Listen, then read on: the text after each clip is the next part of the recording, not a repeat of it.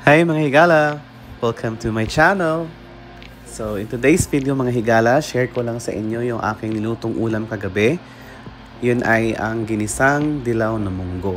So ngayon mga higala, pinakuluan lang natin yung ating dilaw na munggo. And heads up na medyo matagal siyang pakuluan at maraming tubig yung kailangan niya.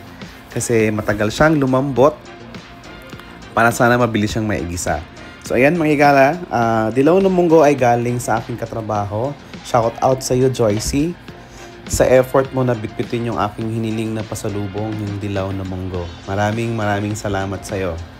Ayan mga higala, trivia lang po mga higala, sa probinsya hindi po madalas ginagawang ulam yung dilaw na munggo, kundi ginagawa siyang dessert. Famous siya sa parang ice candy or di kaya yung nilalagyan lang ng powdered milk. Masarap siya mga higala, sana masubukan niyo yun. So ngayon, naglagay na tayo ng mantika sa ating kawali. And naggisa tayo ng madaming tomatoes or kamatis. And then sibuyas, bawang, tapos siling gulay mga higala. Ayan. So iantayin lang natin yan siyang lumambot yung ating kamatis para mas maging juicy siya.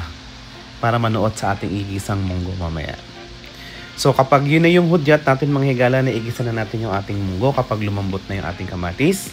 So ayan, makikita niyo mga higala. Isa-isa. Kunwari chef. Feeling chef. Ayan mga higala, tingnan nyo. Lalagyan natin yung ating pinakuluang munggo, dahan-dahan. Tapos mga higala, kung na-notice nyo, nakalimutan kong isote yung ating baboy. So, mas masarap kasi talaga na dumaan sa pagkagisa yung ating baboy or yung ating protein para mas manuot yung lasa ng ating mga aromatics. Pero hindi ko siya nagawa dyan sa video na yan, sa video na to. Kaya ginawa ko na lang is nilublob ko na lang siya, pinakuluan ng matagal hanggang sa manuot yung ating mga pampalasa. So, additional sangkap sa ating ginasang munggo mga higala is bumili tayo ng ampalaya, talong, dahon ng sili at malunggay.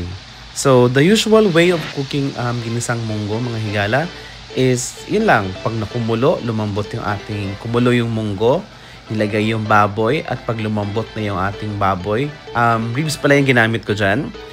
So yun, ilalagay mo na yung mga gulay. Sinagsabay ko nang ilagay yung ating talong at ang ating ampalaya. Tapos pinakulo ko hanggang lumambot kasi ayaw natin ng mapait na ampalaya. So, ang technique dyan mga higala is huwag mong haluin ng haluin. Hayaan mo lang munang masok o mababad yung ampalaya sa sabaw ng munggo. Tapos, pag feeling mo na medyo translucent na yung kulay ng ating ampalaya, pwede mo na siyang haluin. And then, wait for another 5 to 8 minutes. Pwede mo nang ilagay yung ating dahon. Yung dahon ng malunggay and dahon ng sili. Pinagsama-sama ko lang yung mga higala.